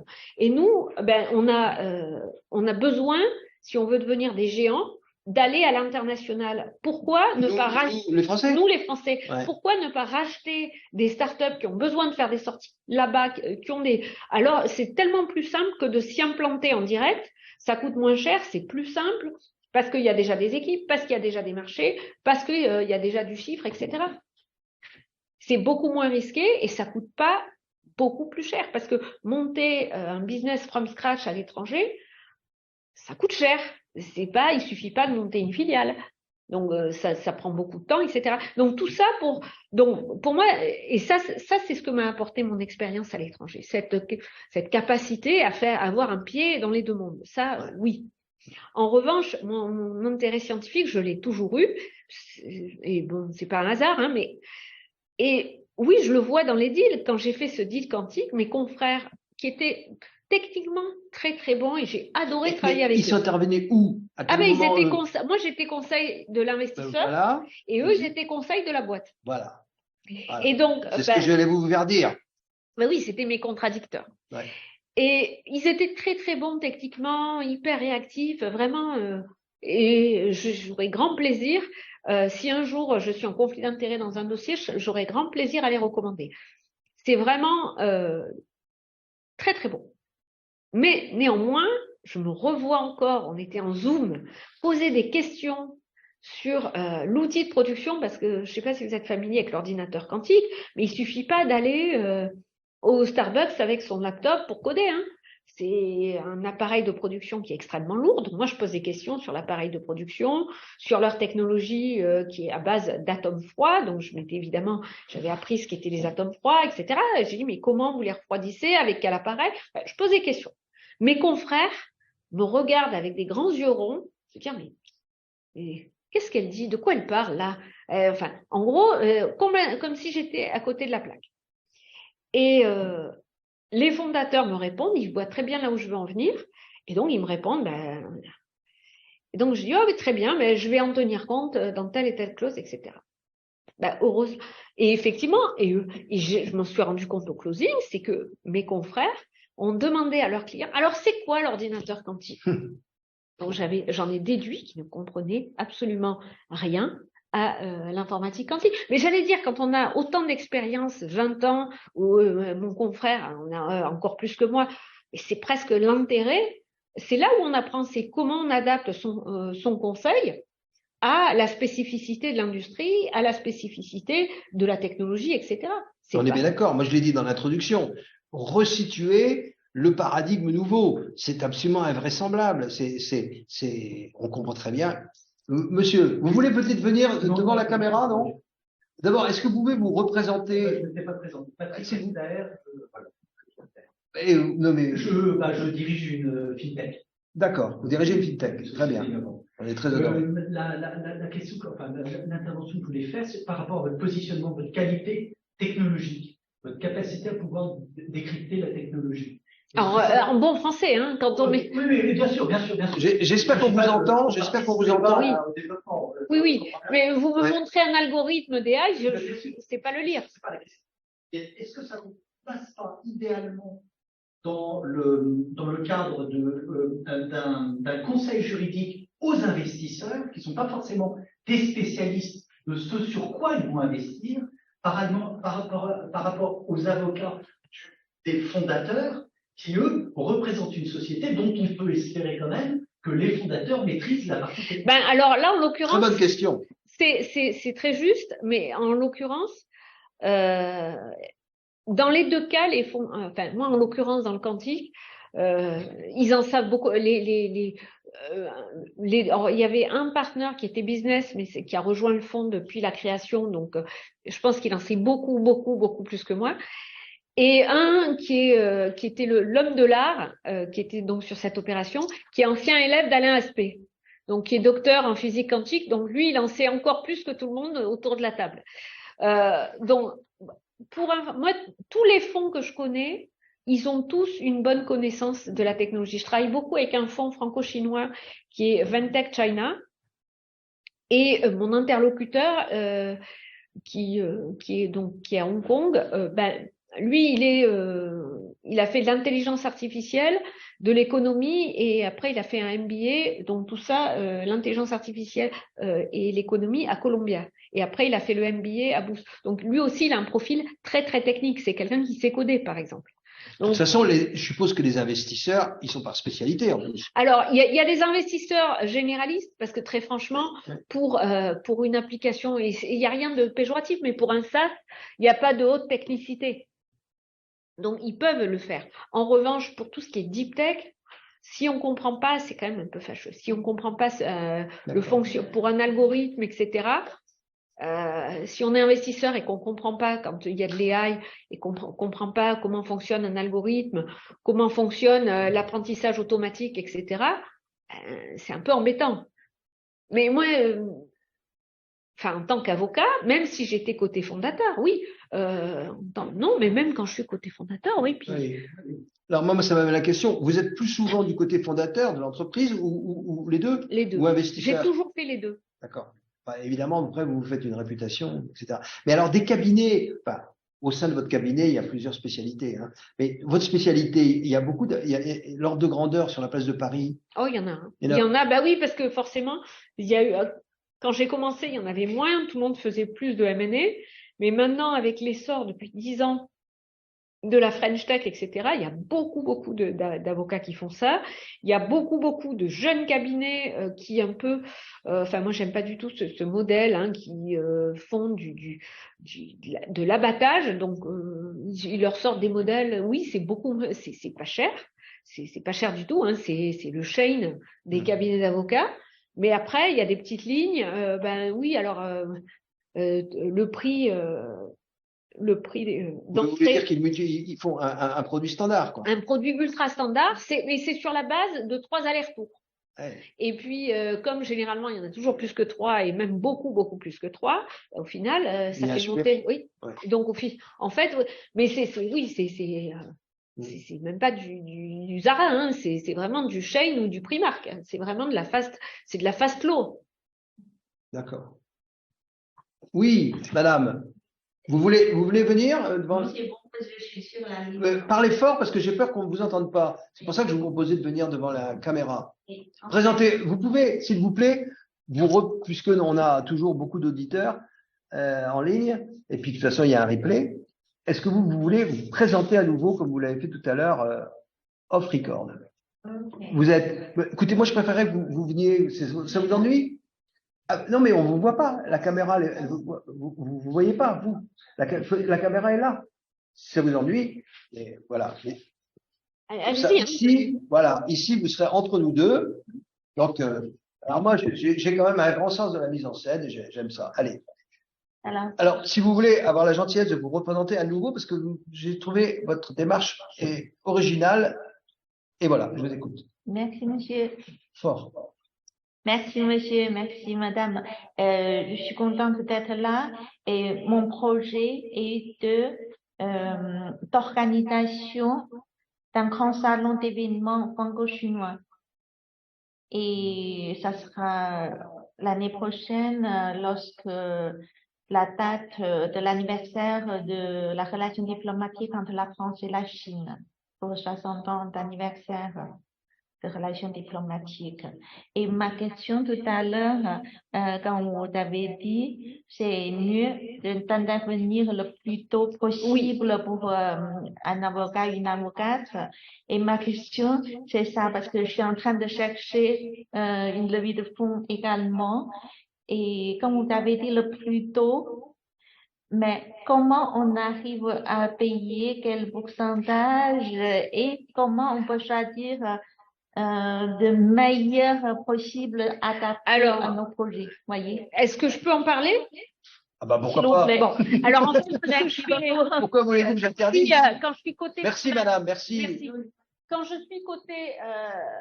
je suis côté fondateur, je fais une proposition en plusieurs étapes. Donc savoir, pour rentrer dans le dossier, je charge un petit fees. Et à partir du moment où il y a une term sheet qui commence à circuler, il y a quand même une bonne chance que le deal se fasse. Donc je prends un petit fees pour rentrer dans le dossier, pour me mettre à travailler, et je me fais payer le gros au closing. Si le deal ne se fait pas, je demande, mais c'est écrit noir sur blanc dans ma proposition, on me paie un success fees, pas un success fees, pardon, un abort fees, qui est discuté de bonne foi. Si le deal ne se fait pas, on a à peine signé la term sheet, bon, mais il n'y a pas d'abord fees. Si en revanche le deal ne se fait pas alors qu'on est sur le point de closer, là je demande un fees, parce que j'ai fait tout le boulot. Généralement c'est ça. À partir du moment, voilà, quand je rentre au moment où il y a une term sheet qui circule, je demande un fees pour rentrer dans le dossier, et après je me fais payer le solde au closing. D'accord, merci. Donc, c'est sur le montant de la levée. Hein. Le gros de mes honoraires, c'est sur le montant de la levée. Et normalement, j'ai jamais de problème parce que le deal se fait toujours. Et ces deux fois-là, j'avais comme les deux fois où j'ai vu le deal ne pas se faire. La première fois, comme il avait trouvé un deal autrement, j'ai été payée. La deuxième fois, j'ai négocié un abort fees, ils m'ont payé sans problème. Bien, alors, est-ce qu'il y a encore dans la salle et dans le... Je fais toujours un appel à nos personnes en ligne. Il n'y a pas de nouvelles questions. Bon, je les sollicite toujours. Et ici, dans la salle, vous avez encore c'est déjà, ça a bien réagi.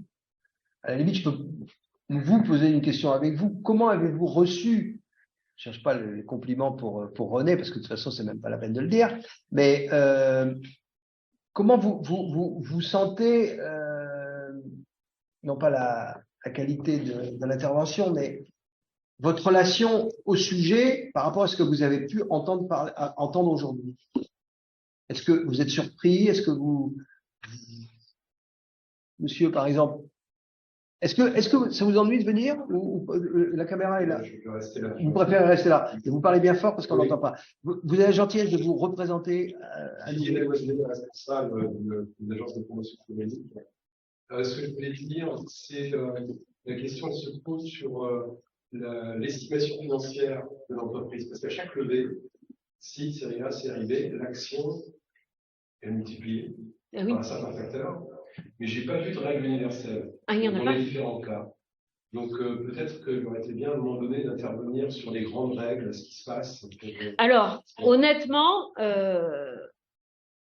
moi, vous doutez bien que je n'interviens pas du tout sur ces aspects.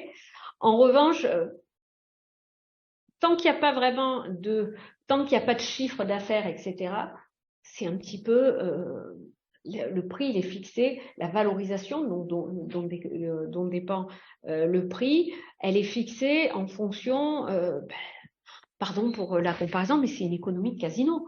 C'est un peu fixé au hasard. Enfin, c'est les prévisions, c'est les prévisions, les expectatives business, etc. On dit, ben, ça vaut tant, quoi. Hein. En revanche, après, les fonds, ils regardent par rapport à business équivalent. Enfin, il y a du benchmarking, mais voilà. En revanche, plus on avance au stade de la série C ou D ou ultérieure, là, il y a des éléments comptables et il y a un vrai calcul de valorisation. Généralement, c'est souvent sur la base de l'activité. Alors, ça répond à votre question. Je vois encore quelques pages. Est-ce que vous voulez un peu poursuivre? Ben moi, ce format-là comme vous voulez. Moi, ce format-là me va très bien. De toute façon, je communiquerai et les slides et le topo, je le mettrai en Word, hein, parce que j'enverrai le Word, parce que sur mon LinkedIn, il est dans la rubrique notes, et l'article sur la sortie. D'une manière générale, quand on négocie une levée de fonds, sur les aspects strictement juridiques, il faut choisir ses combats. En d'autres termes, il faut se battre sur deux choses essentielles qui sont fondamentales. Et là, il faut se battre, passez-moi l'expression, mais jusqu'à la mort. C'est, premièrement, la sortie, parce que c'est là où, si tout se passe bien, ben c'est là où tout le monde a son retour sur investissement, aussi bien les fondateurs, la récompense d'années et d'années et d'années de dur travail, que les investisseurs qui font leur retour sur investissement. Donc, effectivement, qu'est-ce qu'on fait? Il y a plusieurs choses. On demande une clause de liquidité. Donc, c'est un investissement par nature temporaire à l'horizon de 5 à 7 ans. Pour le digital, c'est plutôt 5. Pour la deep tech, c'est plutôt 7, voire plus selon les deals. Et s'il ne s'est rien passé pendant cet horizon, le fonds, enfin les investisseurs en général, ont la possibilité de nommer une banque d'affaires qui va chercher un acquéreur ou préparer un processus d'entrée en bourse. Parce qu'il y a 3 types de sorties.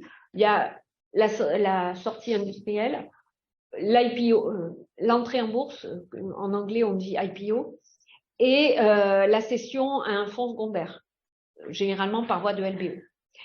Donc, s'il ne s'est rien passé pendant ces 5 à 7 ans, ben, à l'issue de ce délai, l'investisseur a le droit de faire nommer une banque d'affaires pour soit trouver un acquéreur pour la société, soit pour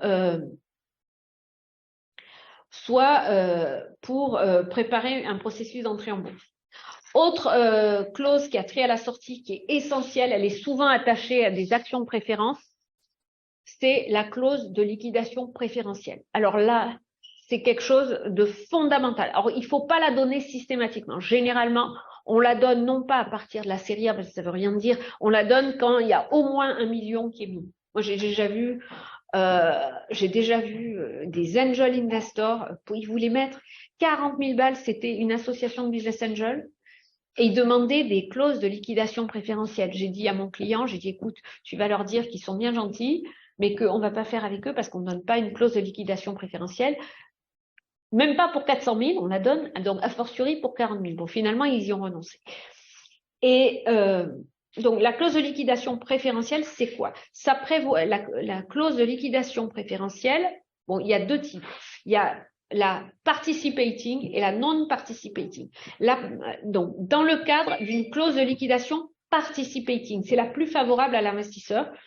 C'est la boîte est vendue ou liquidée une fois le produit de l'opération visée est attribué en priorité au fonds à hauteur de son investissement. Et ce qui reste, dans le cadre d'une participating, c'est attribué à tous les actionnaires, y compris à l'investisseur, en proportion de sa part dans le capital. Ça, c'est la participating. C'est la plus favorable à l'investisseur. Et la non participating, c'est l'inverse. C'est le début. Donc, en premier, l'investisseur est remboursé du montant de l'argent investi et le reste, ça part aux autres actionnaires, investisseurs non compris. Évidemment, il a la possibilité de renoncer si, en faisant le calcul de combien il aurait eu s'il n'avait pas eu cette clause préférentielle en proportion de sa part dans le capital, s'il a plus que le montant de son apport, ben, il renonce à la clause et tout le monde est content. Évidemment, plus la clause est précisée, plus il y a d'événements qui peuvent la déclencher, etc., plus elle est largement rédigée et plus elle est favorable à l'investisseur. La moins favorable à l'investisseur, je l'ai vu récemment, c'est quand il y a uniquement la liquidation de la société qui est visée. Moi, récemment, j'ai closé un deal, ils en voulaient une, j'ai dit OK, mais uniquement sur la liquidation et uniquement jusqu'à telle date. Et ils ont dit d'accord. Oui. Oui. J'ai une question au sujet des family office. Oui. J'ai l'impression, avec notre association, le collectif des startups industriels, souvent ce sont des fonds identiques qui vont financer la série A, la série B, la série C. Et il y a une appétence vers la deep tech industrielle plus forte auprès de family office. Depuis déjà un cours là-dessus. Est-ce que vous avez un retour d'expérience, des explications? Est-ce qu'on travaille différemment avec un family office ou avec un VC qui, sur le plan légal, me semble avoir l'obligation de sortir à un moment donné en 5 ou 10 ans? Ah oui, et oui, puisque un VC, lui-même est responsable.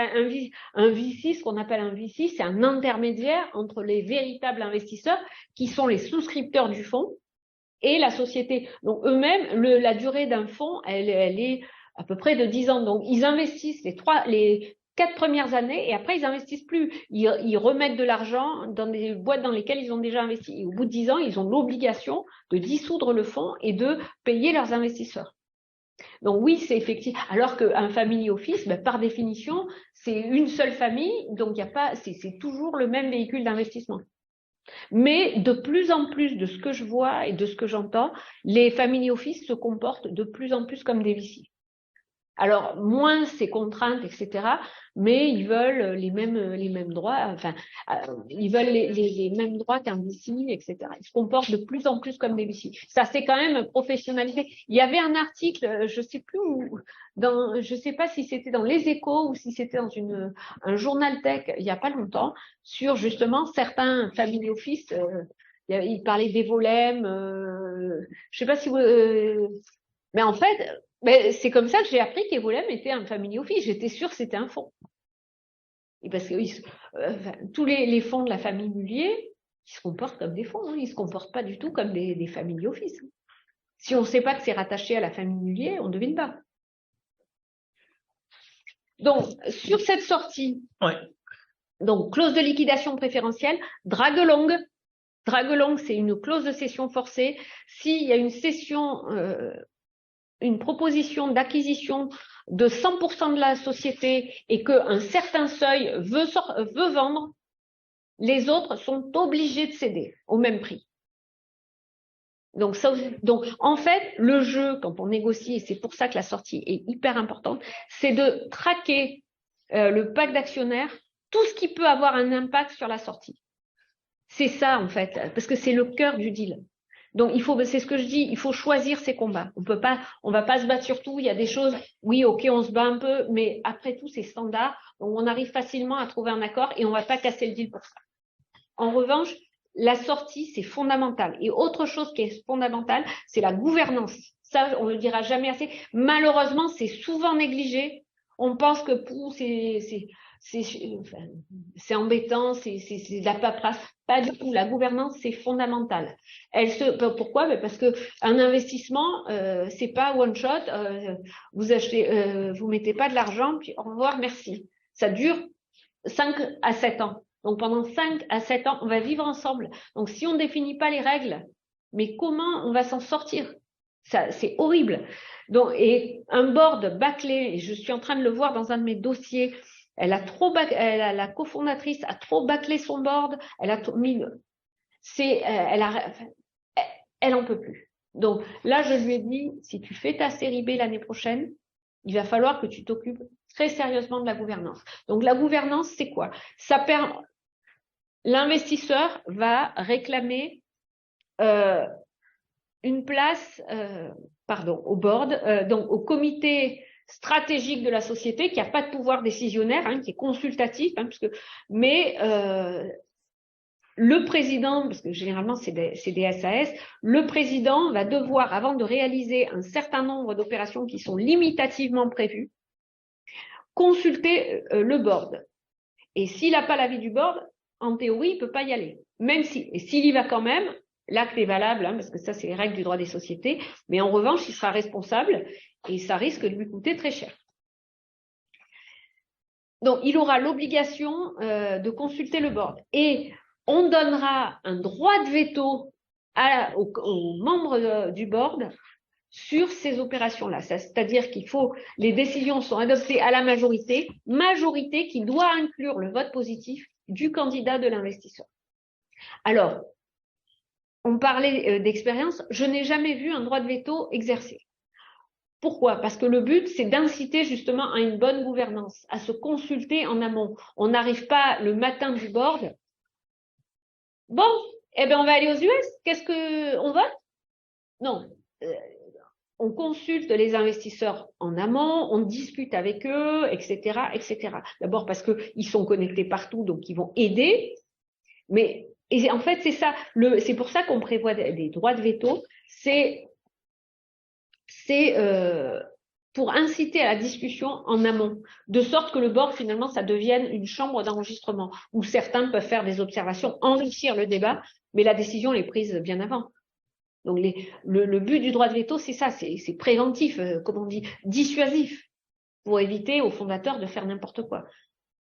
Autre chose qui a trait à la gouvernance, c'est l'information. Un droit d'information renforcé au profit des investisseurs.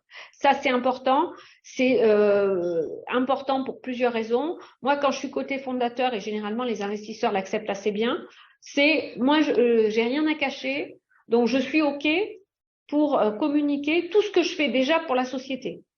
En revanche, passer 3 jours par semaine, ou 3 jours même par mois, à faire du reporting, un fondateur a mieux à faire. Il est là pour grossir la boîte. Et les fonds le comprennent assez bien. Et ils le comprennent d'autant plus que, vu du côté fonds, tous ces droits de gouvernance, il faut faire très attention à quelque chose qui s'appelle la gestion de fait, qui est la terreur des fonds. La gestion de fait, c'est vous n'êtes pas dirigeant social, donc vous ne dirigez pas la boîte, mais en cas de faillite de la boîte, vous pouvez être reconnu responsable du passif si vous êtes trop immiscé dans la gestion. Donc, des droits de supervision, oui. Des droits de gestion, non. Donc, il faut faire très attention. Donc, moi, c'est ce que je fais, généralement. C'est quand je suis côté fondateur et que les investisseurs vont trop loin, je dis attention à la gestion de fait. Ça calme tout le monde. Parce que ça, c'est vraiment la terreur. Il y a eu des fonds qui se sont fait condamner déjà il y a bien longtemps, mais ça a marqué la place et effectivement, on y arrive assez bien. Et pour ce qui est de l'information, il faut pas. C'est normal de donner des informations supplémentaires par rapport à l'information légale. Moi, j'ai déjà vu dans une opération, elle voulait pas, la cofondatrice ne voulait pas donner plus que l'information légale. Donc nous, on lui a sorti, mais tu sais, si on demande ça, c'est pas pour t'embêter, c'est que nous-mêmes, en tant que fonds, on est régulés et on a des obligations de compliance et de reporting vis-à-vis de nos propres investisseurs. Donc on est obligé. Et là, c'est passé. C'est quelque chose sur lequel on arrive à trouver un équilibre. Sur les droits de veto, on se bagarre un peu. Parce qu'effectivement, mais le but, c'est de contrôler l'argent investi. Donc oui, on demande des droits de veto, par exemple, sur la rémunération des fondateurs, sur la rémunération des personnes clés, sur l'expansion à l'étranger, sur la sortie, sur des changements d'activité. Parce que si on investit dans une boîte qui fait une application B2C pour téléphone portable et qu'après elle fait un logiciel SaaS, bon, nous, on a investi, c'était du B2C pour téléphone portable. Donc, on veut avoir notre mot à dire si on pivote. Et voilà, c'est ce genre de choses. Donc, c'est jamais exagéré. On ne demande pas l'autorisation du fonds pour acheter un ordinateur. Ça n'a pas de sens.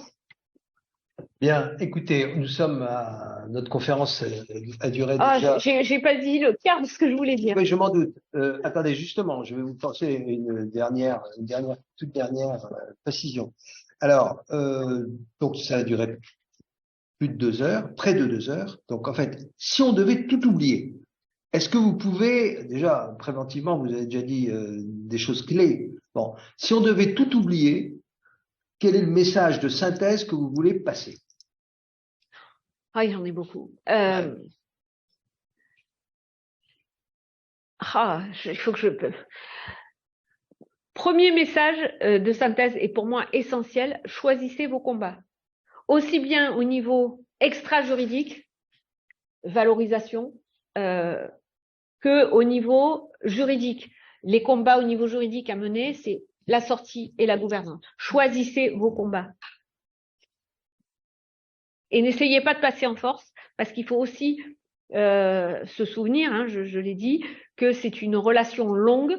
Et donc, si on essaie de passer en force, ça crée des frustrations et la relation part très mal. D'accord, ça c'est le premier message, il y en a d'autres? Il y en a plein d'autres.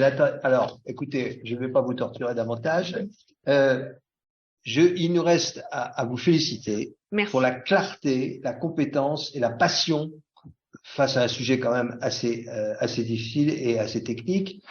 Remercier également les gens dans le public aujourd'hui devant moi, devant nous. Il y a quelqu'un qui a posé une question. Ah, une dernière question. Alors voilà, la question c'est d'un spectateur anonyme qui nous dit Maître, pourrons-nous avoir les points que vous vouliez nous partager par écrit? Oui, c'est d'accord. Vous avez malheureusement été beaucoup interrompu. Oui, évidemment. Alors, je ferai circuler les slides.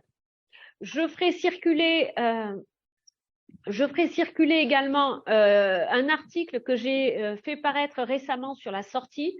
Et je ferai circuler, alors sous format Word, PDF,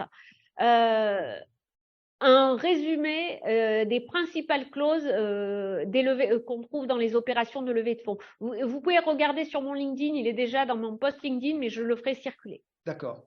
Bon, alors donc j'étais en train de proposer qu'on applaudisse René Cadir pour, comme je le disais, la compétence et la passion. Voilà. Alors, il nous reste à remercier également les nombreuses personnes qui nous ont suivis en ligne. Je rappelle que c'est la première conférence plus spécialisée sur les problèmes juridiques, mais dans l'ambition que j'ai de rapprocher deux communautés, les ingénieurs et plutôt les financiers, pour faire simple, les Sciences Po et NARC, je crois, par rapport aux défis multiples que la France en particulier, le monde et l'Europe doivent relever, une sous-partie du juridique, mais surtout dans ces entretiens économiques qui ont l'ambition d'essayer de comprendre ce nouveau paradigme de la troisième révolution industrielle et comprendre comment s'y mouvoir, et de préférence à l'international. Il nous reste à nous approcher du bar pour pouvoir échanger quelques cartes. Alors malheureusement, nous boirons à la santé des participants en ligne. Et il me reste également à remercier notre amie technicienne de UNIT pour son soutien. Et nous allons donc rendre l'antenne. Merci.